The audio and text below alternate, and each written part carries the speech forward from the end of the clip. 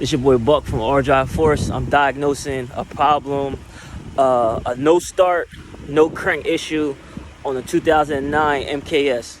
This is a car with a no crank issue. Like the engine, the starter's not even turning over, right?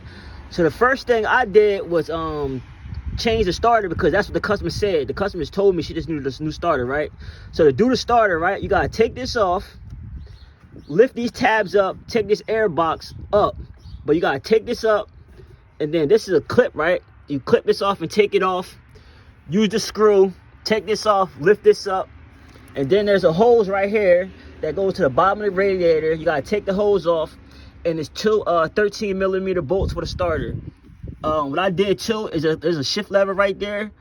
There's a bolt to it. It's a 15mm. You gotta take that off to get room to move the starter. And you gotta take the two starter bolts off before you take the 13mm bolts off, because if not, because the wires is short, so you're not gonna be able to maneuver the starter without taking the bolts out in the back.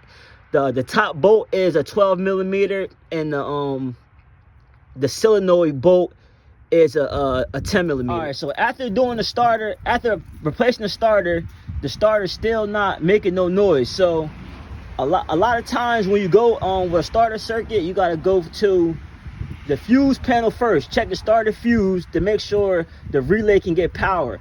Because then if the starter fuse working, then you know it's the relay. And then if the relay's bad, you know it gotta be your ignition wire. It gotta be, when you turn the key, you gotta see. When you turn the key, right, you gotta